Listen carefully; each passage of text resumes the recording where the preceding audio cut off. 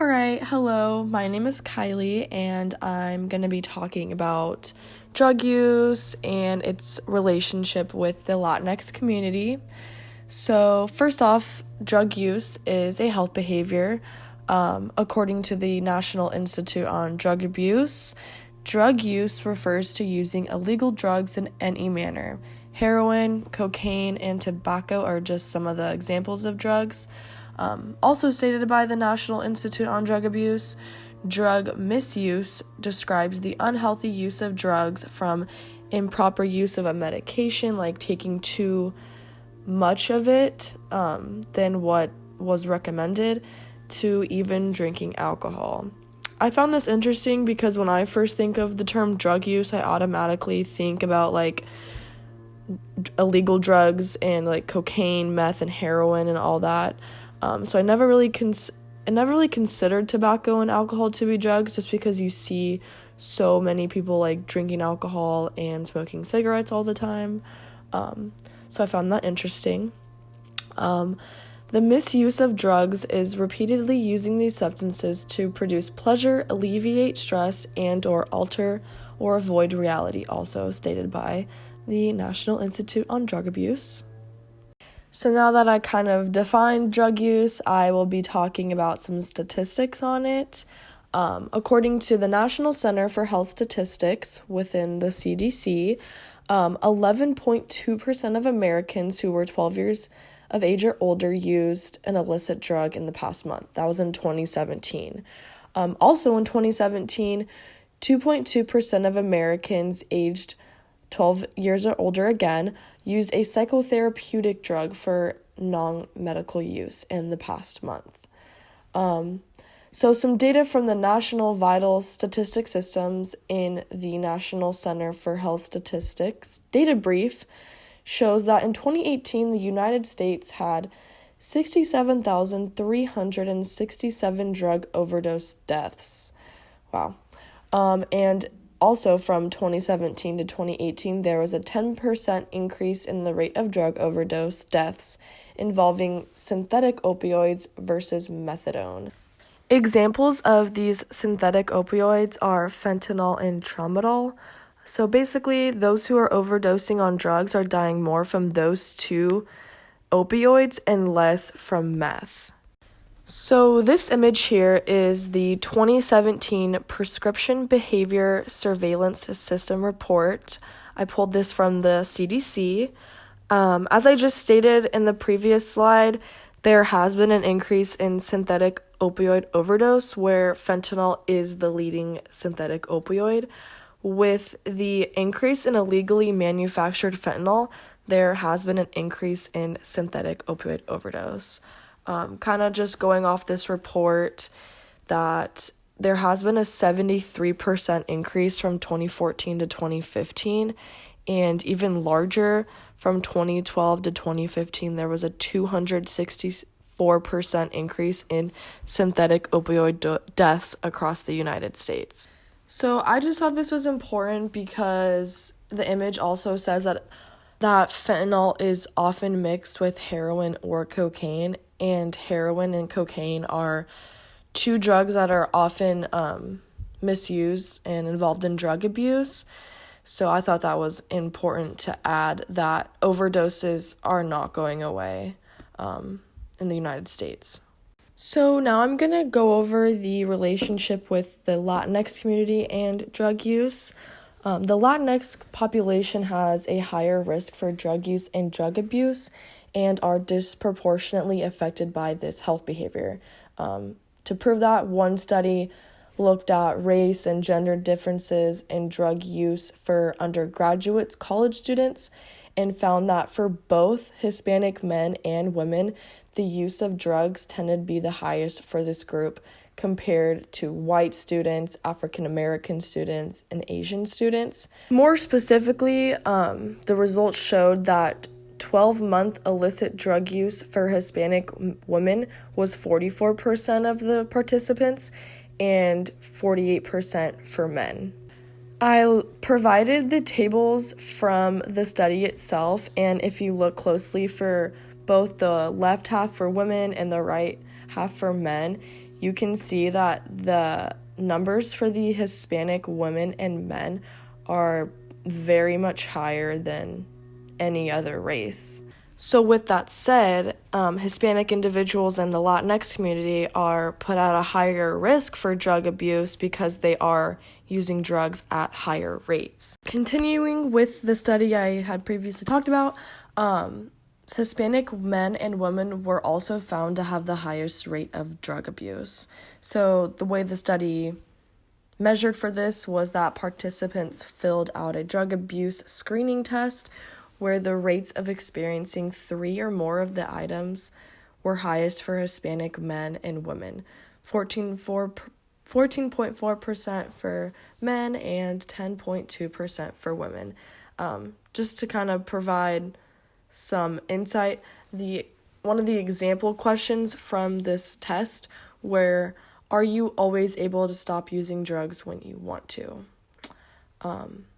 All in all, the results of this study showed that Hispanic men and women were found to engage in drug use and abuse at higher rates compared to the other races. So there are always reasons as to why certain populations experience a health disparity where other populations of people don't. So the reasons as to why the Latinx community experiences increased rates of drug use and abuse could be because of a few things. According to one study on the prevalence of substance abuse among Latinx, there are a few socio-demographic variables that contribute to this disparity. Younger age being one of them. People who are 18 to 25 years old seems to be a predictor of using drugs. And another one is not being married. Not being married and being single predicts greater substance abuse among Latinos and Latinas. So another variable that this study found was being unemployed has been found to predict illicit drug use. It could possibly be the stress of not having an income that can put people at greater risk to use drugs, whereas a different thing in the work environment, those who are employed who face exclusion and discrimination while at their job has also predicted alcohol abuse and dependence. Another factor that this study found contributed to the disparity was poverty. So increasing poverty has been associated with heavy drinking. Lastly, in this same study, access to treatment was a major indicator of drug use. The study says that the Latinx population was found to have less access than other Americans to substance abuse treatment, or that they have to wait longer to access such treatments. So less access to treatment puts them at a great disadvantage for not obtaining treatment, and therefore contributing to their disparity of using drugs at higher rates. So all in all, the lack of treatment in the Latinx population is contributing to the disparity of drug use along with other socio-demographic variables. The theoretical pathway being used to explain this disparity is the Dunkel-Schetter stress pathway, as it is helpful in explaining such disparities that exist among the Latinx community in relation to substance use due to the effects of social origins and community. The factors implemented in this pathway are shown in Figure 1, pulled from a 2013 article describing the pathway in depth by Dunkel-Schetter and colleagues. To walk you through each part of the pathway, or to more specifically describe what it entails, we'll start with social status. Now, social status could be derived from your childhood in terms of socioeconomic status, SES, or social position, and that alone can be a result of parental education and income, and or even being a part of a racial or ethnic minority group. Because of these classifications per se, there results a social stratification and ultimately negative effects on health over lifespans. Now, how is this possible? How can a simple label or rank affect your health over time? This brings us to our second piece of the pathway, stressor exposure. So the context in which we live in, moreover, our social status, or defined as the start of the pathway, determines the conditions which we are exposed to, hence differential exposure to stressors. These conditions or stressors could be acute or chronic.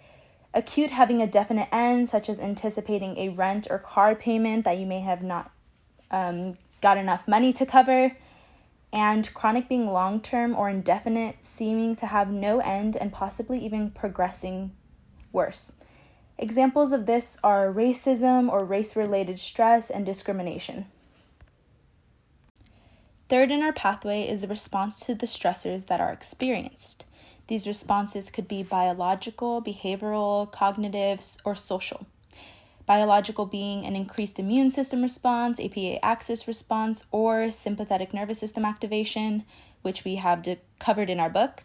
Behavioral could be any risky health behaviors such as substance abuse or overeating. Cognitive could be the perceptions of which we have or perceptions that others have of us in relation to race-related stress. Social could be anxiety, such as the anxiety that a social setting may provoke. Lastly are the outcomes of our response to stressors, specifically health outcomes. After long-term exposure, different health outcomes result due to the type of response we have to a stressor. For example, race-related stress could result in biological responses such as increased sympathetic nervous system activation, gradually increasing heart rate over time and possibly leading to problems or even disorders of the cardiovascular system. Race-related stress could also result in risky behaviors such as smoking, which could affect respiratory, cardiovascular, and other bodily symptoms. And this brings us to how higher stress is experienced in minority groups, such as low-status minorities or race or ethnicity minorities. And these specific groups could have an increased risk of disease, which could result in disparities. So disparities, like based on this pathway, result from differential exposure to stressors and a heightened vulnerability to these specific individuals. Even though the pathway is practical and applicable to discuss or explain disparities in minority groups, there are some limitations to consider in its implications. This being evidence that supports the stress pathway's role in health disparities that is not conclusive. Researchers usually examine stress as a single form, which we know it's not, and they rarely sample people at the lowest socioeconomic status level due to difficulties in studying that particular population. So this means that typically white and black individuals are compared.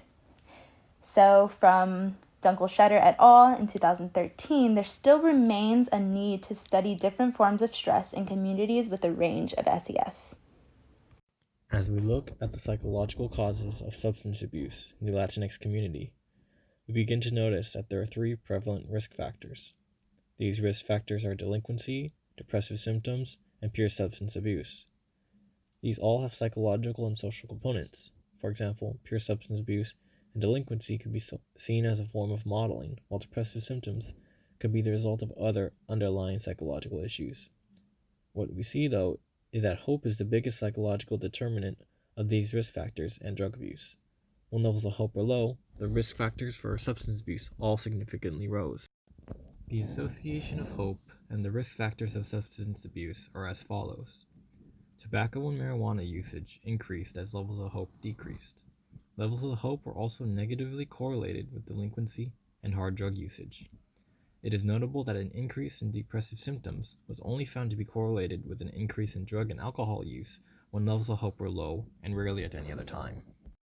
This is the result when we apply the psychological aspects to the Shedder stress pathway. For social status, an individual might experience social stratification due to their social economic status and race, or in other words, because they were Hispanic or from a poorer neighborhood. Because of this, they might experience differential experience to stressors, or stressors unique to their experiences and positions in life. This could be racism or even bullying in school for being from a poor upbringing. This would affect how they respond to their stressors in the future. They might develop feelings of hopelessness and subsequent substance abuse problems because they do not know how to deal with them in a more healthy way. This will affect their health outcomes, meaning they will experience health disparities and an increased risk of disease. Alright, so for social pathways, some social factors associated with risk factors of drug abuse in the Latinx community include inability of access to bilingual or only Spanish-speaking treatments.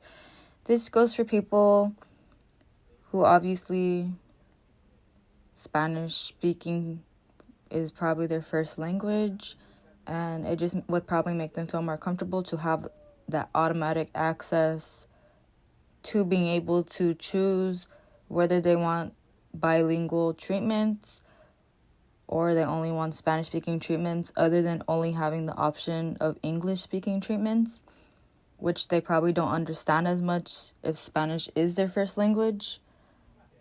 Another factor would be the lack of healthcare coverage. This would include for specific treatments or even treatments at all.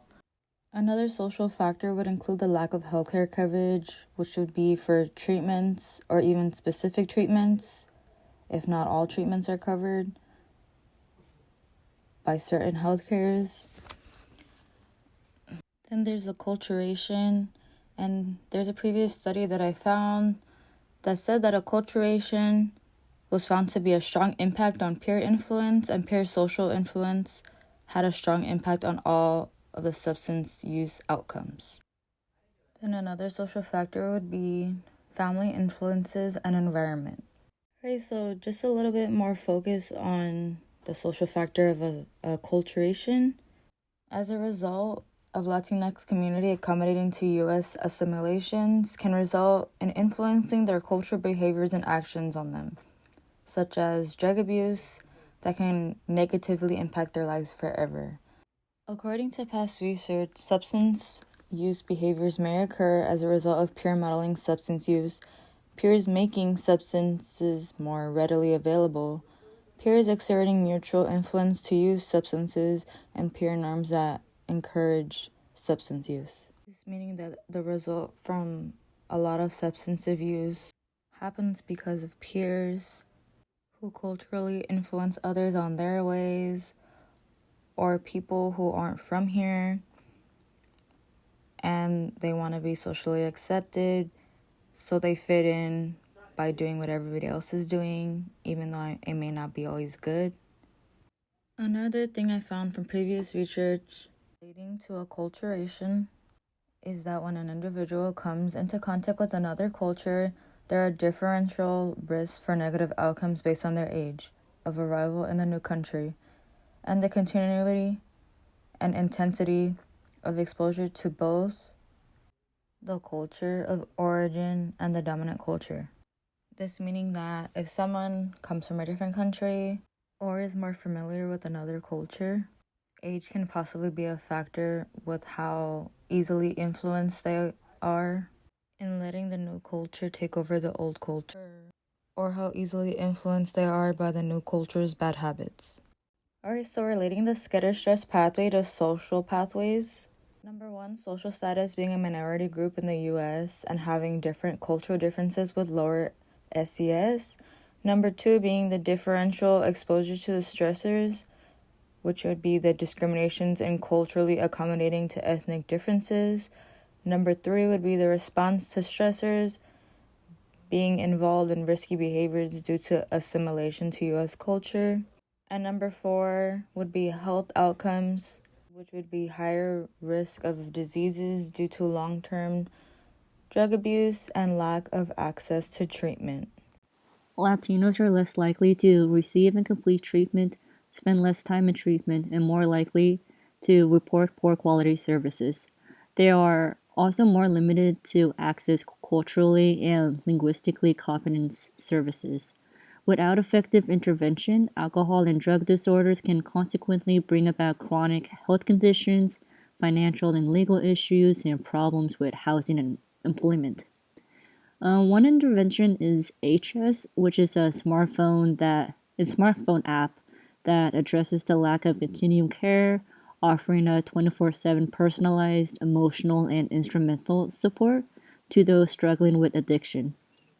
The authors explain how a study on HS helped about 80% of the participants reduce their drinking, maintain abstinence rates, and maintain high treatment retention. Because HS was predominantly white and English speaking, the authors modified the app called Casa Chess for Spanish speaking Latinos with alcohol and other drug disorders as well as mental disorders. And it has the same goal as the HS, preventing relapse through self determination theory constructs. In this study, they had 79 participants use the Casa Chess over a 4-month trial and compared it to the HS study.